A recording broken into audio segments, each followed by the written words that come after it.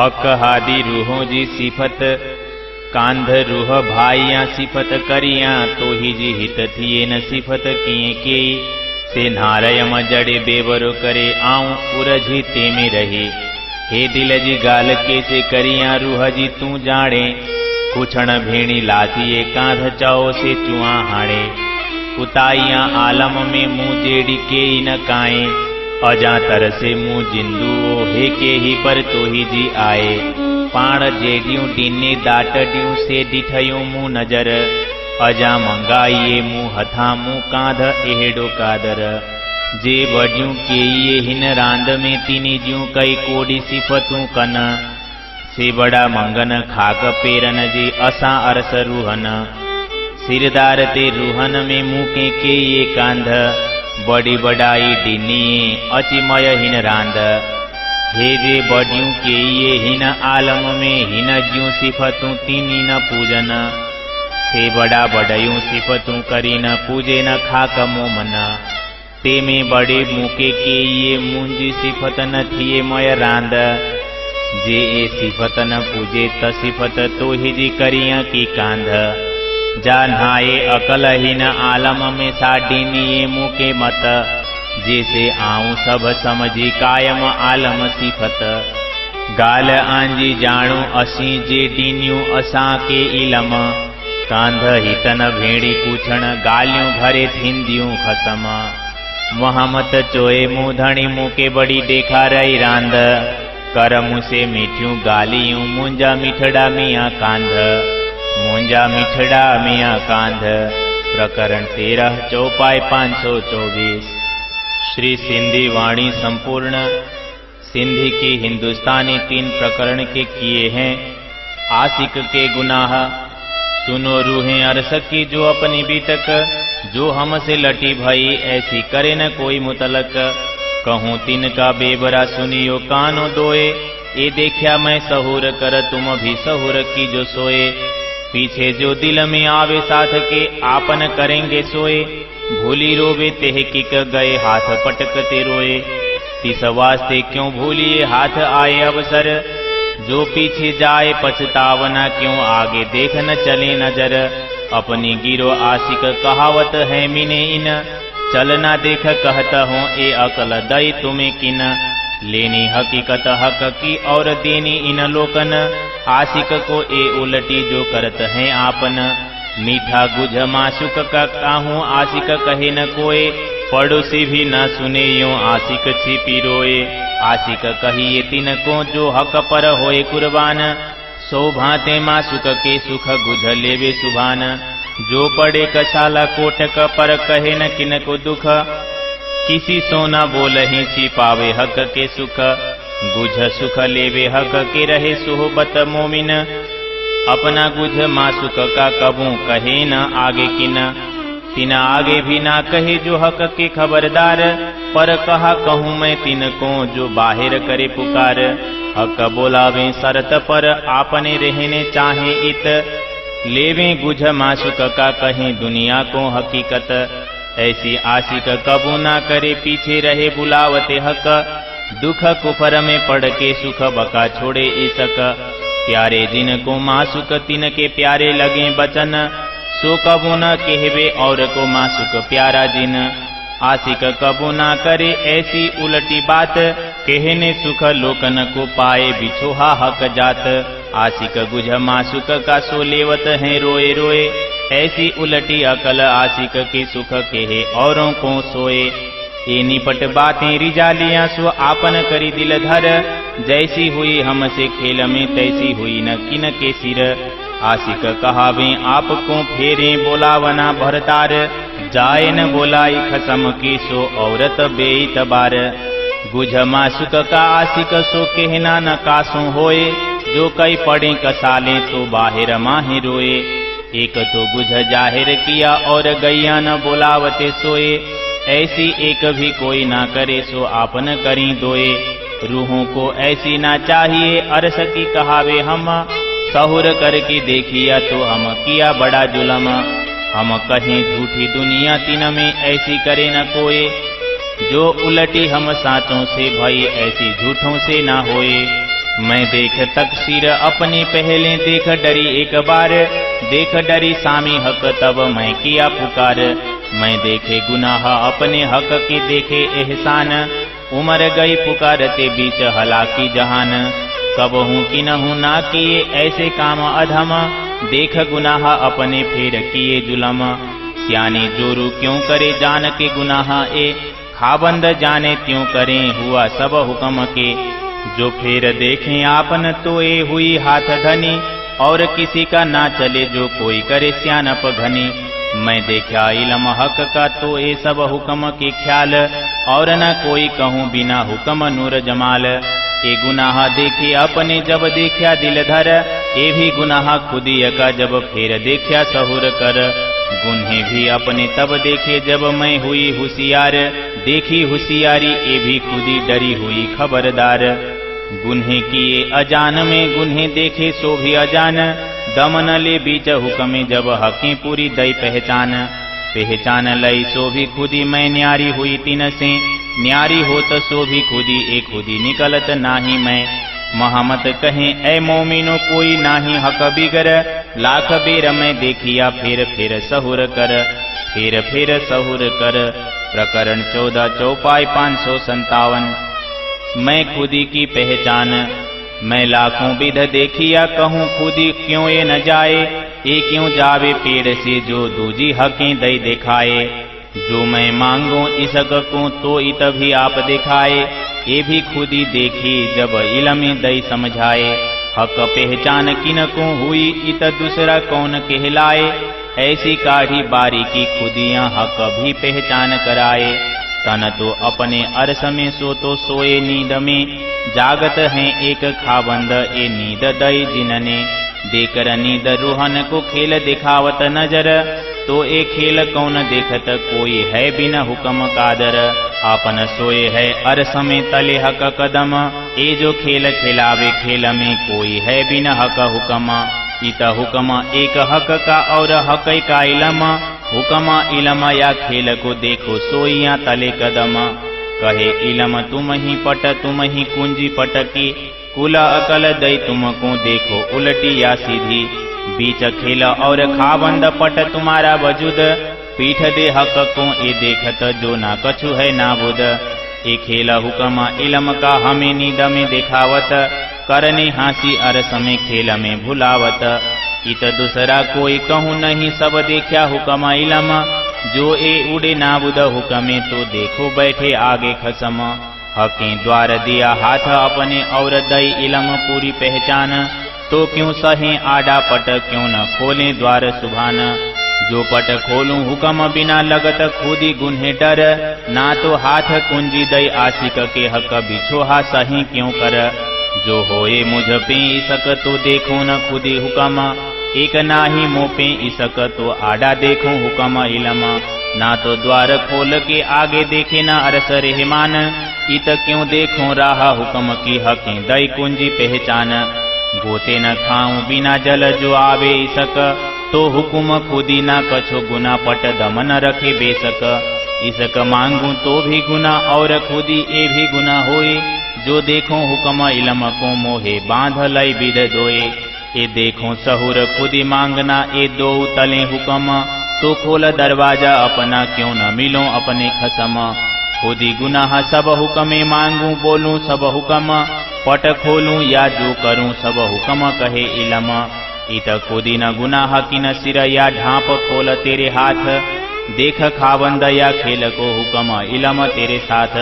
सब मोमिनों को सौंपिया कहा मोमिन दिल अरस, देख आप दिल विचार के दिल मोमिन अरस परस। दिल मोमिन का अरस है जो देखे अरस मोमन, हक चाहे उठाया अरस में तो तेरा आगे ही नहीं तन। मोहम्मद कहें ए मोमिनो हकें हासी करी पूरन, देख खावंद या खेल को ए कुंजी तेरा दिल मोमन, ए कुंजी तेरा दिल मोमन। प्रकरण 15 चौपाई 580। हुक्म की पहचान, ताला द्वार न कुंजी खोलना समझाए दई सबों आप, दिल अपने में हक बसे ज्यों जाने त्यों कर मिलाप।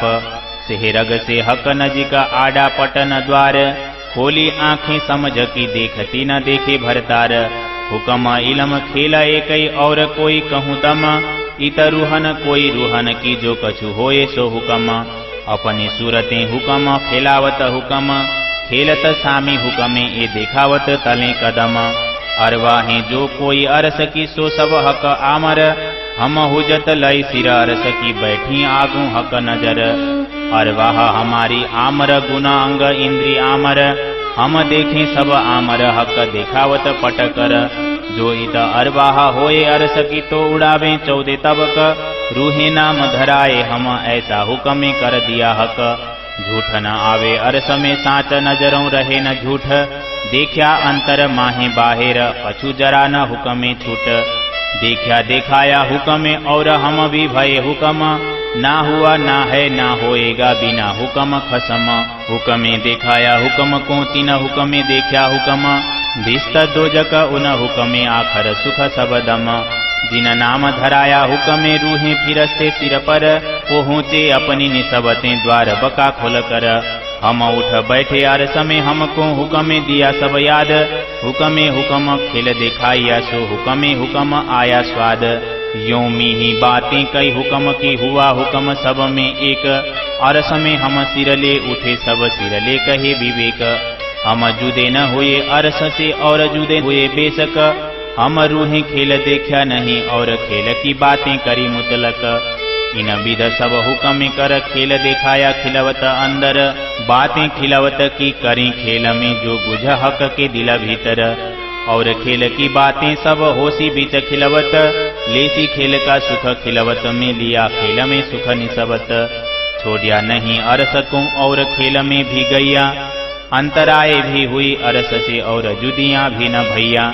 ये विध सब हुक्म की हुक्मे किए बनाए, वास्ते सकर अबद के 2 ठौर दिए देखाए। और साहेबी अपनी देखाई निके कर, क्यों कहूँ बड़ाई हक के मेरा खसम बड़ा कादर। मोहम्मद कहे ए मोमिनो हके बैठाए तले कदम, करसी हासी विचारस के जो करी हुक्मे इलम। मोहम्मद कहे ए मोमिनो हके बैठाए तले कदम, करसी हासी विचार सके जो करी हुक्मे इलम। जो करी हुक्मे इलम। प्रकरण 16 चौपाई 600। श्री सिंधी ग्रंथ हिंदुस्तानी प्रकरणों सहित संपूर्ण, कुल प्रकरण 479, चौपाई 16,976।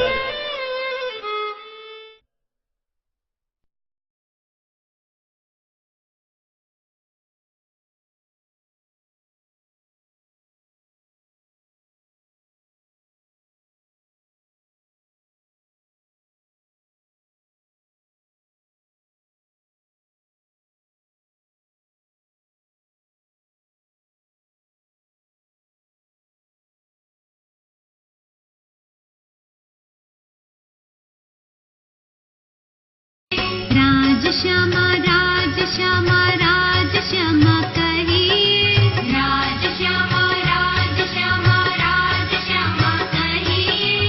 जेहि विध राखे धनी तेहि विध रहिए, जेहि विध राखे धनी तेहि विध रहिए।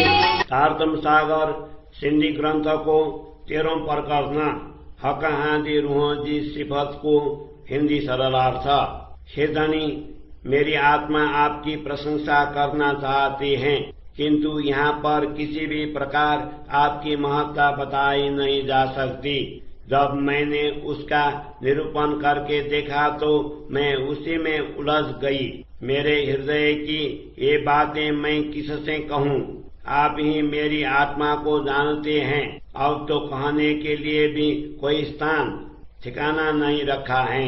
हे धनी, अब आप जैसा कहें मैं वैसे ही कहूंगी।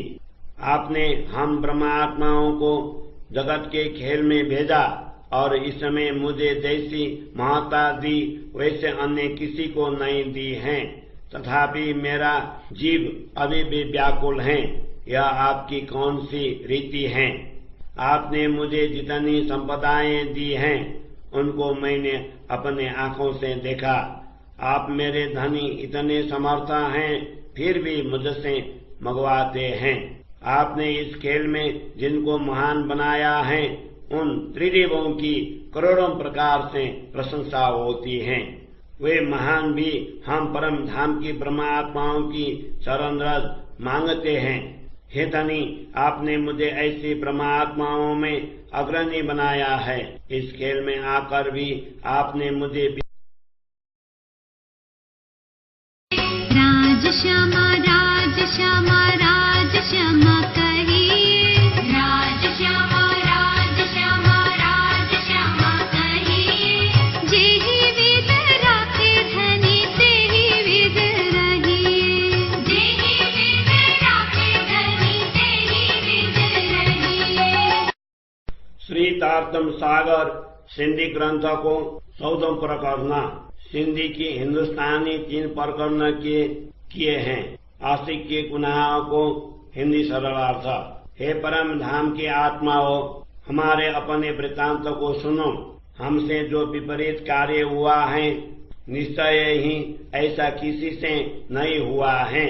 मैं उसका विवरण देती हूँ, तुम दोनों कानों से सुनो। इस पर मैंने विचार पूर्वक देखा है, तुम भी इस पर विचार करना। पश्चात सब सुंदर साथ के हृदय में जो बात आएंगी, उसी के अनुरूप हम कार्य करेंगे। जिसने भूल की होंगी वो निश्चय ही हाथ पटकती हुई रोएंगी। इसीलिए हाथ में आए हुए सुंदर अवसर को क्यों भूले। यदि बाद में जाकर पछताना पड़े तो पहले से ही आंखें खोलकर क्यों न चले। इस नश्वर जगत में हम ब्रह्मात्माओं का समुदाय अनुरागी आशिक कहलाता है, किंतु हमारे व्यवहार को देखकर मैं कहता हूँ कि यह बुद्धि तुम्हें किसने दी है। अपने धामधनी के यथार्थ सुख को लेकर नश्वर जगत के लोगों को कहना, यह विपरीत कार्य अनुरागिनियों का नहीं है जो हम कर रहे हैं। अनुरागिनी आत्माएं अपने प्रियतम धनी की गुप्त मधुर बातें किसी से नहीं कहती हैं। इतना ही नहीं, वह पड़ोसी भी न सुने, इस प्रकार छिप कर रोती हैं। अनुरागिनी आत्माएं उन्हीं को कहा जाता है जो अपने प्रियतम धनी पर समर्पित हो जाती हैं और सैकड़ों रीति से अपने धनी के गुह्य सुख प्राप्त करती हैं। करोड़ों कठिनाइयां क्यों न आए, वो अपना दुख किसी को भी नहीं कहती हैं। वो अपने प्रियतम धनी के सुख भी किसी से नहीं कहती हैं, अपितु छिपा कर रखती हैं। वह ब्रह्मात्माओं के साथ रखते हुए भी अपने प्रियतम का एकांत सुख प्राप्त करती हैं एवं अपने धनी की गुह्य बातों को किसी से भी नहीं कहती हैं। वह इन गुह्य बातों को उन आत्माओं की समक्ष भी नहीं कहती हैं जो धामधनी के प्रति सावचेत हैं। किंतु मैं उन आत्माओं के विषय में क्या कहूँ जो बाहर जाकर दूसरों को ऐसी बातों को प्रकट करती हैं। धामधनी अपने वचनों के अनुरूप हमें परम धाम बुला रहे हैं, परंतु हम इसी खेल में रहना चाहते हैं। इतना ही नहीं, अपने प्रियतम धनी की गुह्य बातों को लेकर दुनिया को सुनाना चाहती हैं। अनुरागिनी आत्माएं कभी भी ऐसी भूल नहीं करती हैं। अनुरागिनी आत्माएं कभी भी ऐसा भूल नहीं करती हैं कि प्रियतम धनी बुलाएं और वे न जाएं तथा इस जगत के नश्वर दुखों में पड़कर परम धाम के अखंड सुख एवं शाश्वत प्रेम को छोड़ दें। जिन आत्माओं को अपने धनी प्यारे लगते हैं, उन्हें उनके वचन भी प्रिय लगते हैं। वे अपने प्रियतम की बातें अन्य किसी से नहीं करती हैं। अनुरागिनी आत्माएं ऐसे विपरीत बातें कभी भी नहीं करती कि अपने धनी से वियोग लेकर अन्य लोगों को उनकी गुप्त बातें कहती फिरे। अनुरागिनी आत्माएं तो अपने प्रियतम के सुखों को रो रो कर प्राप्त करती हैं, परंतु हम जैसी आत्माओं की बुद्धि ऐसे विपरीत हो गई है कि हम अपने धनी के सुख दूसरों को कहती फिर रही हैं। निश्चय ही ये बातें अनुचित हैं जो हमने हृदय पूर्वक राज श्यामा राज श्यामा राज श्यामा कहिए,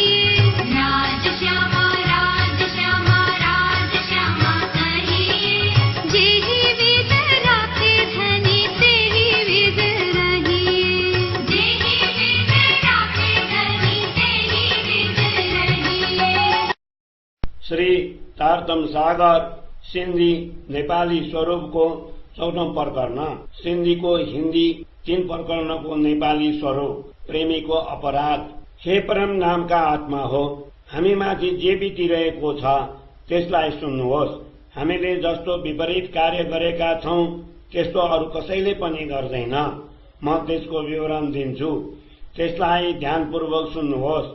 मैले त्यसलाई विवेकपूर्वक हेरेको छु, तपाईहरू पनि त्यसै गरी विवेकपूर्वक विचार गर्नुहोस्। त्यसपछि तपाईहरूको मनमा जस्तो लाग्दछ त्यस्तै गर्नुहोस्। तर जो भुल्ने छन् ती निश्चय नै शिरमा हात राखेर रुनेछन्। त्यसकारण हातमा आएको मौकालाई किन भुल्ने, पछि किन पछुताउने, अत पहिले नै दृष्टि खोलेर किन नहिँड्ने। यस नश्वर जगतमा ब्रह्म आत्माहरूको समुदाय अनुरागी कहलाउँछ। जब आफूतिर दृष्टि गरेर हेर्दा लाग्दछ यो बुद्धि मलाई कसले दियो। आफ्ना प्रियतम प्रभुको समाचार लिएर जगतका मानिसहरूलाई सुनाउनु यो अनुरागिनीहरूको आत्माचरण विपरीत कुरा हो। यो दोष हामीलाई लाग्ने छ। प्रियतमा आफ्ना प्रियतमका मधुर गुड कुरा कसैलाई पनि भन्दैनन्। यति मात्र होइन, छिमेकीले पनि सुन्दैनन्। यसरी अनुरागिनी आत्मा गुप्त रूपले रुन्छन्। अनुरागिनी आत्मा त्यो कहलाउँछे जो आफ्ना प्रियतम प्रभुमाथि समर्पित हुन्छे र अनेक प्रकारले आफ्ना प्रियतमको आनन्द गुप्त रूपले प्राप्त गर्दछे। कदाचित करोडौं कष्ट आए तापनि त्यसले कसैलाई यसको जानकारी दिन्न। यसरी अनुरागिनी आत्मा आफ्ना प्रभुको अखण्ड सुख प्राप्त गरेर उहाँको विषयमा कसैसँग पनि कुरा गर्दैन। जो आफ्ना प्रभुको सुख गुप्त रूपले प्राप्त गरेर सखीहरूका बीच रहेर पनि प्रियतमका गुप्त कुरा तिनीहरूसँग भन्दिन। जो सखी त्यसै आनन्दलाई प्राप्त गर्दछन् त्यसलाई पनि आफ्ना कुरा भन्दैनन्। ती सखीहरूको विषयमा के भन्ने जो आफ्ना कुरा अरू सखीहरूका अगाडि रोइ रोइकन भन्दछन्। प्रियतम प्रभु हामीलाई बोलाइरहनु भएको छ, तर हामी यही बस्न चाहन्छौं र प्रियतमबाट प्राप्त गुह्य सुखलाई जगतमा अगाडि भन्दै हिँड्दैनन्। अनुरागिनी आत्मा कहिले यस्तो गर्दैनन्। जसलाई प्रियतम प्रभुले बोलाउँदा पनि पछि रहने र आफ्नो अखण्ड सुखलाई छोडेर असत्य दुःखमा नै परिरहने काम गर्दैनन्। जसलाई आफ्ना प्रभु प्रिय लाग्दछन् त्यसलाई उहाँका वचन पनि प्रिय लाग्दछन्। यदि प्रियतम प्रभु प्रिय छन् भने उहाँको सुख ती दुश्मनलाई किन दिन्छन्। अनुरागिनी आत्मा यस्तो विपरीत कुरा कहिल्यै गर्दैनन्। आफ्ना प्रियतम प्रभुको वियोग हुँदा उहाँका गुप्त कुरा अरूलाई भन्दै हिँड्ने काम गर्दैनन्। अनुरागिनी आत्मा आफ्ना प्रियतम प्रभुको गुड रहस्यलाई रोइ रोइकन प्राप्त गर्दछन्। अनुरागिनीको विपरीत बुद्धिलाई त हेर्नुहोस्, त्यो अरूसँग गएर भन्दैछ। निश्चय नै यो निर्लज्जतापूर्वक कार्य हाम्रो हातबाट भएको छ। यस खेलमा हामीबाट जस्तो भूल भयो त्यस्तो कसैबाट पनि भएको छैन। स्वयंलाई अनुराग राजश्यामा राजश्यामा राजश्यामा कहिए, राजश्यामा राजश्यामा राजश्यामा कहिए।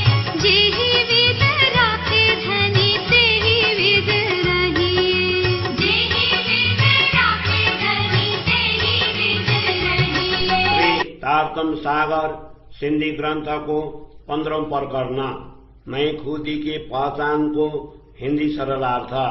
मैंने लाखों प्रकार से प्रयत्न करके देखा, किंतु यह अहम भाव किसी भी प्रकार से दूर नहीं होता है।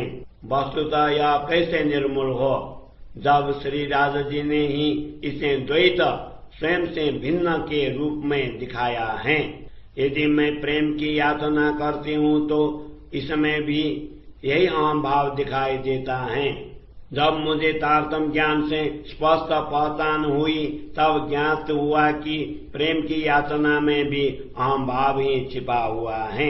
इस नश्वर जगत में अक्षरातीत परमात्मा की पहचान किसको हुई है? यहाँ पर उनके अतिरिक्त अन्य है भी कौन? अहंकार की इस सूक्ष्मता को दूर करने पर ही श्री राजा जी की पहचान होती है। हमारे मूल तन परात्मा तो परम धाम में निध में सोए हुए हैं। वहाँ पर एक धामधनी ही जागृत हैं जिन्होंने यह नीति दी है। अपनी अंगनाओं को भ्रम की निद्रा में डालकर धामधनी अपनी दृष्टि के समक्ष उन्हें यह खेल दिखाते हैं। वस्तुतः यह खेल कौन देख रहा है? समर्थ धनी के आदेश के अतिरिक्त यहाँ पर अन्य कोई है? हम तो परम धाम में धामधनी के चरणों में सोई हुई हैं, किंतु जो इस संसार के खेल में विभिन्न प्रकार के खेल खिला रहा है, क्या वह श्री राधा जी के आदेश के अतिरिक्त अन्य कोई हो सकता है? यहाँ पर तो एक श्री राधा जी का आदेश है और दूसरा उनका ज्ञान है। हम उनको चरणों में सोई हुई इस खेल में कार्यरत उनके आदेश और ज्ञान को देख रही हैं। तारतम ज्ञान यह कहता है कि तुम ही पर्दा हो और तुम ही उनकी कुंजी हो। जागृत बुद्धि का ज्ञान भी तुमको ही दिया है, इससे तुम सीधे ढंग से देखो या विपरीत ढंग से।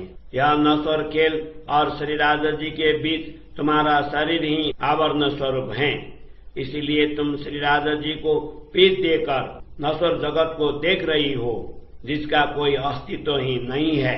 यह खेल तो आदेश और ज्ञान का है, धामधनी के आदेश से उत्पन्न हुआ है और उनके ज्ञान के द्वारा जाना जा सकता है। स्वयं धामधनी हमें इसको नीति में दिखा रहे हैं। परम धाम में हमारी हंसी करने के लिए ही वे हमें इस खेल में बुला रहे हैं। यहाँ पर दूसरा कुछ भी नहीं है, सर्वत्र आदेश और ज्ञान ही दिखाई देते हैं। जब श्री राधा जी के आदेश से यह नश्वर खेल उड़ जाएगा, तब हम स्वयं को अपने धनी के सम्मुख बैठी हुई पाएंगी। धामधनी ने हम ब्रह्मात्माओं के हाथों में परम धाम के द्वार की कुंजी सौंपी है और तारतम ज्ञान देकर उसकी पूर्ण पहचान करवाई है, तो फिर हम इस आवरण को क्यों सहन करें और परम धाम के द्वार को क्यों नहीं खोलें? यदि मैं श्री राधा जी के आदेश के बिना धाम के द्वार खोल राज श्यामा राज श्यामा राज श्यामा कहिए, राज श्यामा राज श्यामा राज श्यामा कहिए। जेहि विध राखे धनी तेहि विध रहिए, जेहि विध राखे धनी तेहि विध रहिए। श्री तारतम सागर सिंधी नेपाली स्वरूप को 15 प्रकरण अहंकार को परिचय। मैले लाखौं प्रयत्न गरेर हेरें, तर यो अहम भाव कुनै पनि प्रकारले जाँदैन। यो जड मूलदेखि कसरी निस्कन्छ? जब परमात्माले नै यसलाई द्वैत रूपमा देखाइदिनु भएको छ। यदि म प्रियतम प्रभुको प्रेम माग्दछु भने त्यसमा पनि अहम भाव देखिन्छ। जब मैले प्रभुको परिचय पाएँ, त्यसमा पनि अहम भाव देखेँ। यहाँ परमात्माको परिचय कसलाई भएको छ? यहाँ त अर्को यस्तो कोही छैन जो अहंकारको सूक्ष्मता हटाएर परमात्माको परिचय दिन सकोस्। हाम्रो मूलतन परम धाममा निद्रा अवस्थामा छ। त्यहाँ केवल परमात्मा नै जागृत हुनुहुन्छ, जसले यो निद्रा दिनुभयो। उहाँले नै परमात्माहरूलाई निद्रा दिएर यो खेल देखाउनु भयो। वास्तवमा यस खेललाई कसले हेरिरहेको छ? यहाँ त परमात्माको आज्ञा सिवाय कोही छैन। हामी ब्रह्मात्माहरू त परम धाममै परमात्माका चरण तल सुतेका छौं। यस खेलमा जो खेलिरहेको छ, यो परमात्माकै आज्ञा सिवाय अरू को हुन सक्दछ? यस खेलमा प्रियतम प्रभु र हामी बीच नश्वर शरीरको पर्दा छ। त्यसकारण परमात्मालाई पीठ फर्काएर म यो नश्वर जगतलाई हेरिरहेको छ, जसको कुनै अस्तित्व छैन। यहाँ सबैतिर एकै परमात्माको आज्ञा नै छ र उहाँको नै ज्ञान छ। म उहाँका चरणमा बसेर यस खेलमा न उहाँको आज्ञा र ज्ञानलाई हेरिरहेको छु। हे प्रभु, हजुरको तारतम ज्ञान भन्दछ साँचो पनि हजुरकै हो र पर्दा पनि हजुरकै हो। हेर्नुहोस्, उल्टो या सीधा बुद्धि पनि हजुरकै धेरै छ। हजुरले नै हामीलाई आफ्नो ज्ञान र ज्ञानको यो खेल सपनामा देखाउनु भयो। परम धाममा हामी माथि हाँसो गर्नका लागि नै परमात्मा हामीलाई यो खेल खेलाइरहनु भएको छ। यहाँ अरू कोही पनि कतै छैनन्। सबैतिर प्रभुकै आज्ञा र ज्ञान देखिन्छन्। हजुरको आज्ञाबाट जब यो नश्वर जगत उड्नेछ तब हामी हजुरका चरणमा नै बसेको पाउनेछौँ। हे प्रभु, हजुरले परमधामको द्वार पनि हाम्रा हातमा सुम्पिदिनुभयो र आफ्नो परिचयका लागि तारतम ज्ञान पनि दिनुभयो। अब म हजुर र मेरो बीचको यस पर्दालाई कसरी सहन गरौं? यसलाई स्वयं किन खोल्नु हुँदैन? यदि म हजुरको आज्ञा बिना नै पर्दा खोलौं भने आफ्नो अहम भावको दोषले डराउँछु, नत्र भने हजुर राजश्यामा राजश्यामा राजश्यामा कहिए, राजश्यामा राजश्यामा राजश्यामा कहिए, जेहि विद राखे धनी तेहि विद रहिए, जेहि विद राखे धनी तेहि विद रहिए। श्री तारतम सागर सिंधी ग्रंथ को 16वां प्रकरण हुक्म की पहचान को हिंदी सरलार्थ। न कोई द्वार है, न ताला है, न कुंजी है और न ही उसे खोलना है। ये संपूर्ण बातें स्वयं धामधनी ने तारतम ज्ञान द्वारा समझा दी हैं और वे स्वयं हमारे हृदय में आकर विराजमान हो गए हैं। अब अपनी इच्छा अनुसार उससे मिलो। धामधनी हमारे प्राण नली से भी अति निकट हैं। अब न कोई पर्दा या द्वार ही व्यवधान स्वरूप हैं। उन्होंने स्वयं तुम्हारी आत्मा दृष्टि खोल दी है, तथापि तुम देखते हुए उनको नहीं देख रही हो। यह तारतम ज्ञान तथा नश्वर खेल दोनों ही एक ही आदेश के अधीन हैं। आदेश के अतिरिक्त यहाँ पर किसी भी प्रकार की कोई शक्ति नहीं है। यहाँ पर ब्रह्मात्माओं की आत्माएं भी नहीं है। यहाँ पर जो कुछ भी है एक श्री राजा जी का आदेश ही है। हमारी श्रोताएं भी इस आदेश के द्वारा इस खेल में आई हैं और यही आदेश उन्हें खेला रहा है तथा वे इसी आदेश के साथ खेल रही हैं। वस्तुतः धामधनी के चरणों में बैठी हुई आत्माओं को यह आदेश ही सब कुछ दिखा रहा है। यहाँ पर परम धाम की जो भी आत्माएं हैं सभी श्री राजा जी के आदेश के ही स्वरूप हैं। इसलिए हम सभी ने परम धाम के होने का अधिकार जताया है, क्योंकि हम श्री राजा जी के दृष्टि के समक्ष ही बैठी हुई हैं। हमारी आत्मा तथा गुण, अंग, इंद्रियां आदि सभी इसी आदेश से हैं। हम जो कुछ देख रही हैं वह सब यही आदेश हैं। यह भ्रम का आवरण डालकर हमें खेल दिखा रहा है। इस नश्वर जगत में यदि परम धाम की आत्माएं होती तो ये 14 लोग सभी उड़ जाते। श्री राजा जी के आदेश ने ही हम ब्रह्मा आत्माओं का नाम धारण किया है। परम धाम में झूठ नहीं आ सकता और सत्य आत्माओं की दृष्टि के समक्ष वह टिक भी नहीं सकता।